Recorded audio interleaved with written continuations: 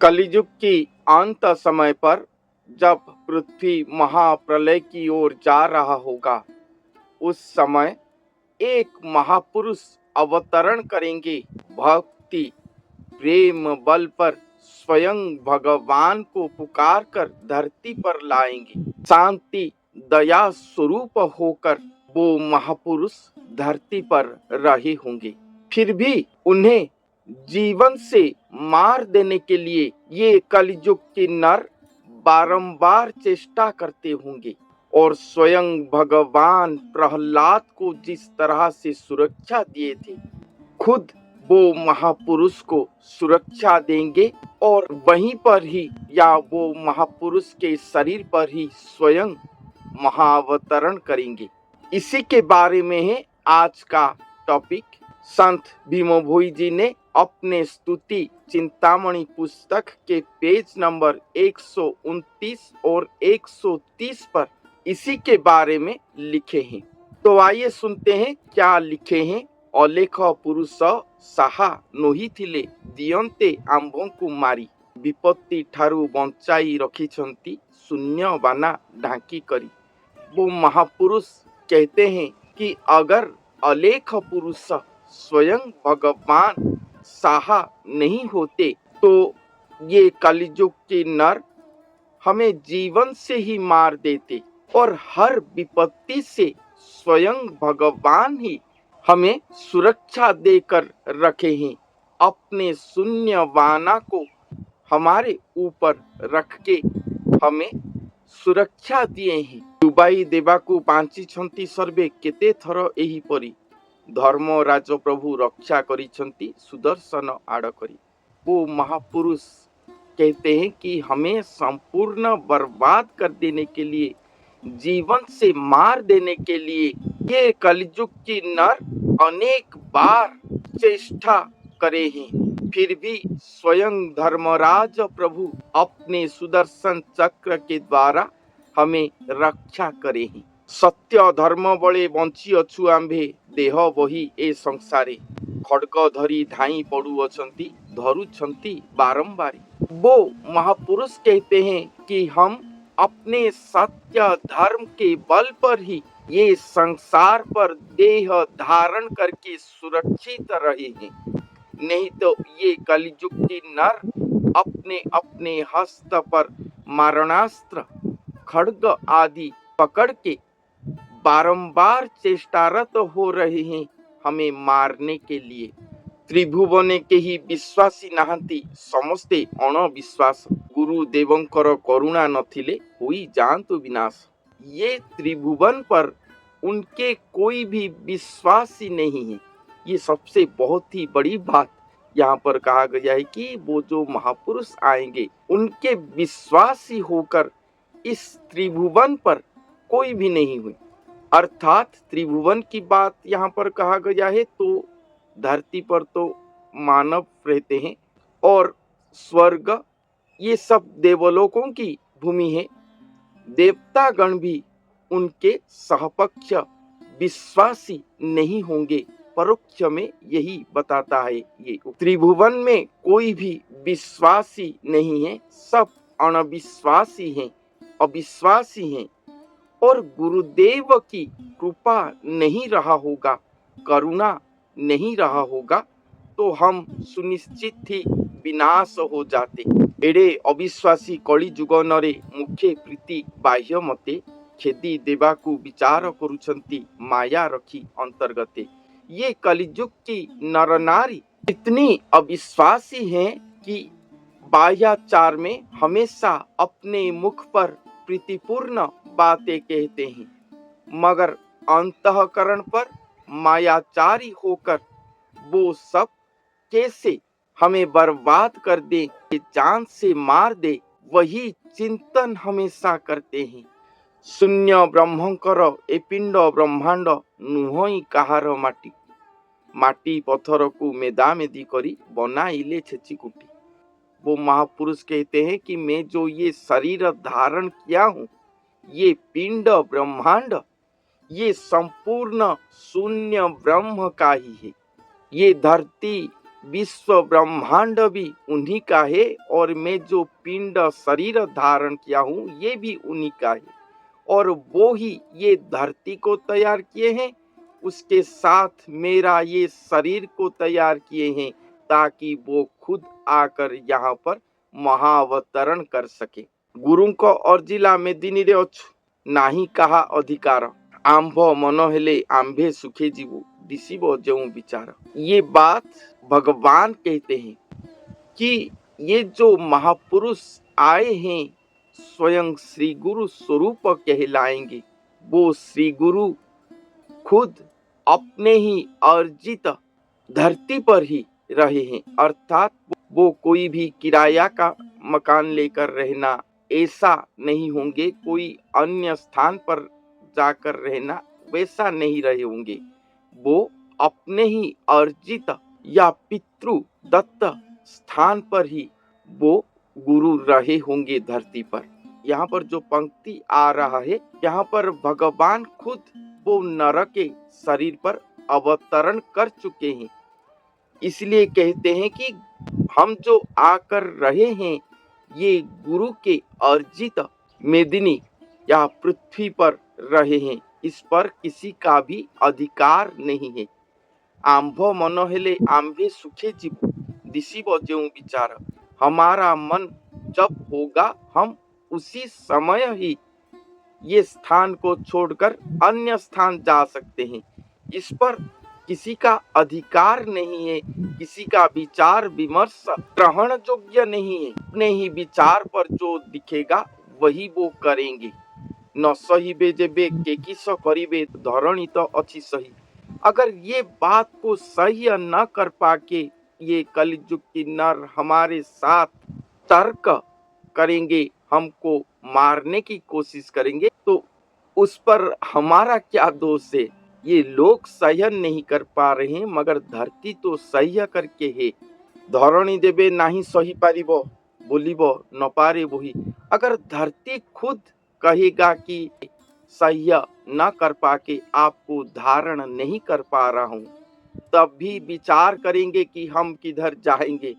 सेठारु आगकू जेमंते दिशिबो विचार करिबु कथा जहाँ बांचिथिबो हृदयर बुद्धि गुरुदेव सामर्थ। उस समय हम विचार करेंगे कि हम किधर जाएंगे और तभी गुरु स्वयं सामर्था हैं। उन्हीं के विचार पर जो बुद्धि आएगा हम वही करेंगे। धरती काहाकू सही न पारई एयोटे विचित्र धंदा। बारानिधि जेबे कूल लंघी जीवो काहाकू होइबो निंदा।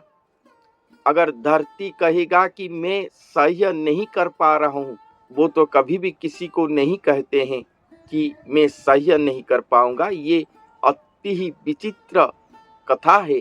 अगर ऐसा हुआ तो संत कहते हैं कि बारानिधि समुद्र अपने कूल को लंघन करने से किसको निंदा होगा। अर्थात धरित्री अगर मना कर देगा कि मैं सह्य नहीं कर पा रहा हूँ तो समुद्र धरती के ऊपर चला आएगा, अर्थात धरती संपूर्ण जलमग्न हो जाएगा। इसके द्वारा किसको निंदा होगा। ये कलिजुग की नर कहते हैं तांको विचार रे आंभों को बोलंती न जानती एहु किछि तांको सिहानिया विवेक जेतेक बांधी रखी थांतु संच। ये कलिजुग की नर नारी अपने विचार पर हमें कहते हैं कि ये कुछ भी नहीं जानते, केवल अपने चालाकी विवेक के द्वारा सबको बांध कर रखे हैं। अज्ञान आदरी गुरु निंदा करी मुखरे कहंती मिछ रुंड होई भल मंद बाछुछंती पाषांड पापी मेलछ। ये सब अज्ञान को ग्रहण करके गुरु निंदा करके अपने मुख पर हमेशा मिथ्या वचन कह के एक एक स्थान पर मिली होके या एकत्रित होके अच्छा बुराई का विचार करते हैं। ये सब पाषांड पापी म्लेच्छ जन हैं। सद्गुरु सेवा करी आंभे माने अटु संसारे अज्ञान कली जुगनरे दोष बाछुछंती करुछु अन्याय मान। ये सब अज्ञानी पाषांड पापी म्लेच्छ गुरुद्रोही मिथ्यावादी जन अपने आप को न्याय प्रिय कहते हैं और जो सद्गुरु की आश्रित होकर स्वयं भगवान को पाने की अभिलाषा रखते हैं या पा चुके हैं, उन्हें ये संसार की अज्ञानी जन कहते हैं।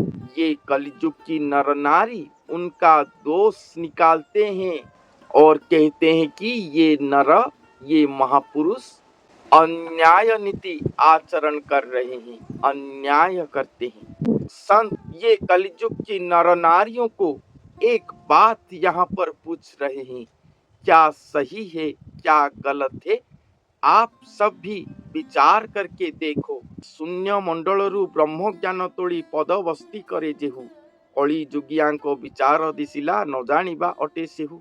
संत कहते हैं शून्य मंडल से ब्रह्म ज्ञान को तोलकर, ब्रह्म ज्ञान को लाकर, धरती को लाकर पदवस्ती करे जेहू। पद्य छंद में जो कविता लिखते हैं, ब्रह्म ज्ञान को लिखते हैं ताकि वो ब्रह्म ज्ञान के द्वारा और भी अनेक भक्तात्मा शिष्यात्मा उद्धार हो जाए। वही महापुरुष को ये कलयुग की नर नारी अपने विचार पर उन्हें अज्ञानी कहते हैं, उन्हें पहचान नहीं पाते और कहते हैं कि ये कुछ भी नहीं जानते। आकाश मंडलू पद उतुराई रवि तले जेहू देला, ब्रह्म ज्ञान बीज निर्वेदरु आनी ब्रह्मांड जाक बुणिला।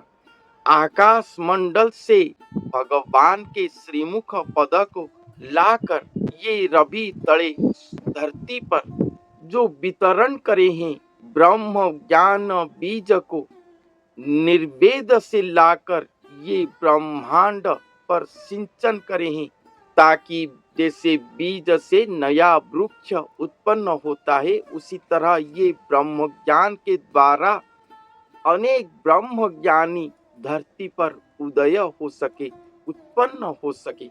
अज्ञानी की जेहू ज्ञान बताइला, ब्रह्म ज्ञान मुखे कही, कवित्व होइण पद बखाणिला, शास्त्र लिहिला सेही। अज्ञानी को जो ज्ञान बताकर अपने मुख पर ब्रह्म ज्ञान वितरण करते हैं, कवि पण में पद रचना करके शास्त्र जो रचना करते हैं, अबोध आत्मा को बोध करे जेहू सेहू करी अर्थ भेद, पाप पुण्य कथा विचारण करी जे बांधे निर्गुण पद। अबोध आत्माओं को बोध करके जो शास्त्र के अर्थ भेद को समझाते हैं, पाप पुण्य कथा को बताते हैं, लोगों को सचेतन करते हैं और पद्य छंद में निर्गुण पद को रचना करते हैं, ସେହି ଲୋକମାନେ ଅନ୍ୟାୟ କରନ୍ତି ଅଛି କେଉଁ ବେଦ ବାକ୍ये, ଯେଉଁ ଲୋକ ସୁଧା ପାନ କରୁଥାଇ ବିଷ୍ठା की भुंजई मुखे। इस तरह की लोग कभी अन्याय कर सकते हैं? ये कौन सी वेद वाक्य पर लिखा गया है?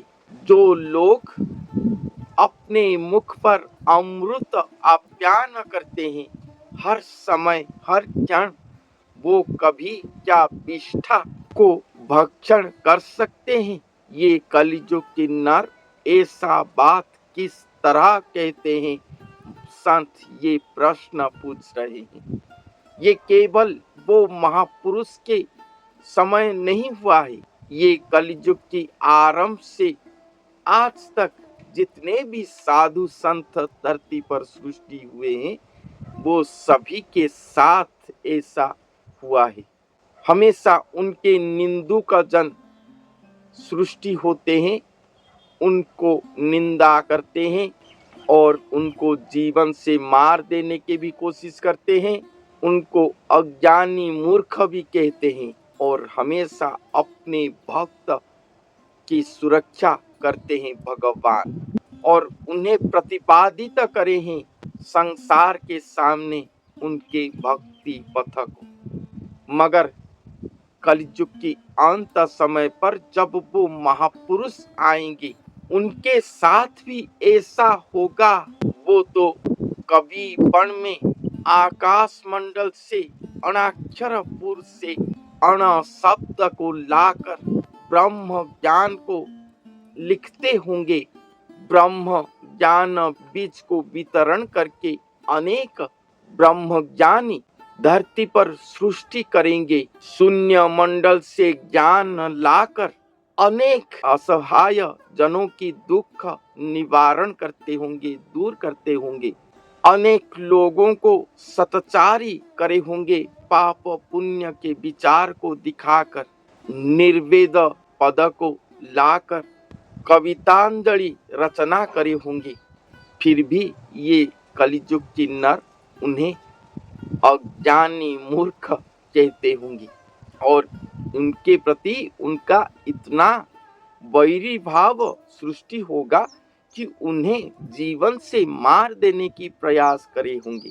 मगर स्वयं अलेख पुरुष, स्वयं भगवान अपने सुदर्शन चक्र के बल पर उन्हें सुरक्षा दिए होंगे और खुद आकर उनके शरीर पर रहे होंगे, क्योंकि वो गुरु का शरीर श्री भगवान का स्थूल शरीर होगा।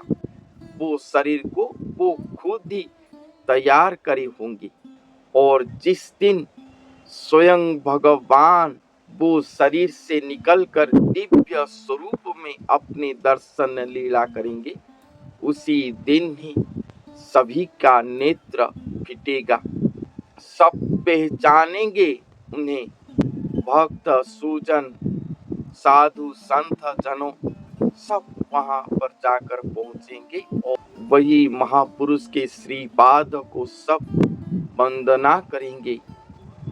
उन्हीं के ही सब पूजा करेंगे।